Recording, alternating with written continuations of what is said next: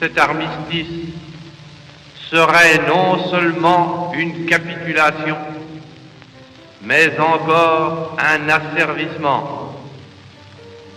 Or, beaucoup de Français n'acceptent pas la capitulation ni la servitude pour des raisons qui s'appellent l'honneur, le bon sens, l'intérêt supérieur de la patrie.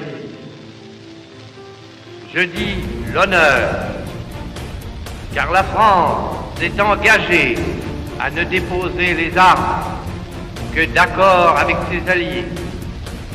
Tant que ses alliés continuent la guerre, son gouvernement n'a pas le droit de se rendre à l'ennemi.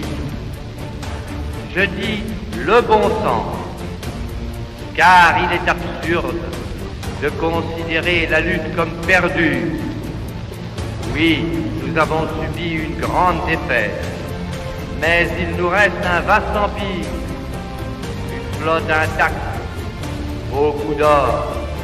Il nous reste des alliés dont les ressources sont immenses et qui dominent les mers. Je dis l'intérêt supérieur de la patrie, car cette guerre n'est pas une guerre franco-allemande qu'une bataille puisse décider. Cette guerre est une guerre mondiale. Si les forces de la liberté triomphent finalement de celles de la servitude, quel serait le destin d'une France qui se serait soumise à l'ennemi?